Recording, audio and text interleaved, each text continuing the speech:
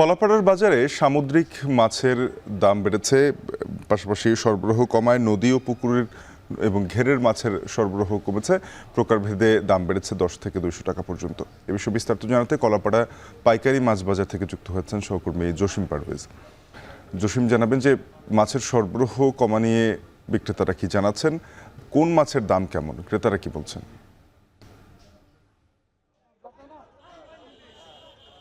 শাফিন, আপনি জানেন যে এখন কিন্তু সমুদ্র এবং নদে টালা চলছে, তার মানে হচ্ছে না জোয়ার, না অমাবস্যা, না পূর্ণিমা। সে কারণেই এখন কিন্তু মাছের বিচরণ কম রয়েছে সমুদ্র এবং নদ নদীতে, এবং পুকুর জলাশয়েও শীতের কিছুটা তীব্রতা বেড়েছে। সে কারণে মাছের বিচরণ কম থাকায় যে শিকারীরা মাছ কম পাচ্ছেন।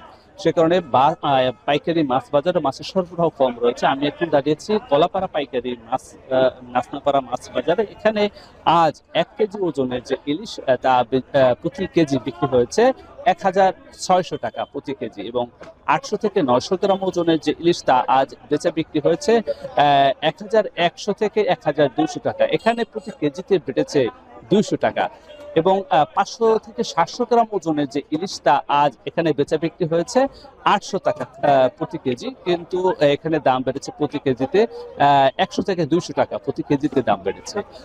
এছাড়া সামুদ্রিক পোয়া মাছ প্রতি কেজি বিক্রি হচ্ছে 300 টাকা, এবং পুকুর ঘের জলাশয়ের রুই কাতল বিক্রি হচ্ছে 250 থেকে 230 থেকে 250 টাকা। এছাড়া পাঙ্গাস বিক্রি হচ্ছে 160 টাকা, তেলাপিয়া বিক্রি হচ্ছে 170 টাকা। এখানে বেড়েছে 10 টাকা প্রতি কেজিতে। এছাড়া যে পাবদা, সামুদ্রিক পাবদা মাছ, তা বিক্রি হচ্ছে 280 টাকা। এখানে দাম কমেছে 20 টাকা প্রতি কেজিতে। এছাড়া যে ফাহা মাছ রয়েছে, সামুদ্রিক মাছ, সেটি বিক্রি হচ্ছে শুধু 60 থেকে 70 টাকা প্রতি কেজি।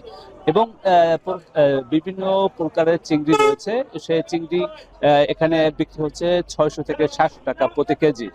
একথা বলা যায় যে ক্রেতারা বলছেন যে মাছের সরবরাহ কম টাকায় দাম বেড়েছে, এতে তারা একটু অস্বস্তি প্রকাশ করছেন।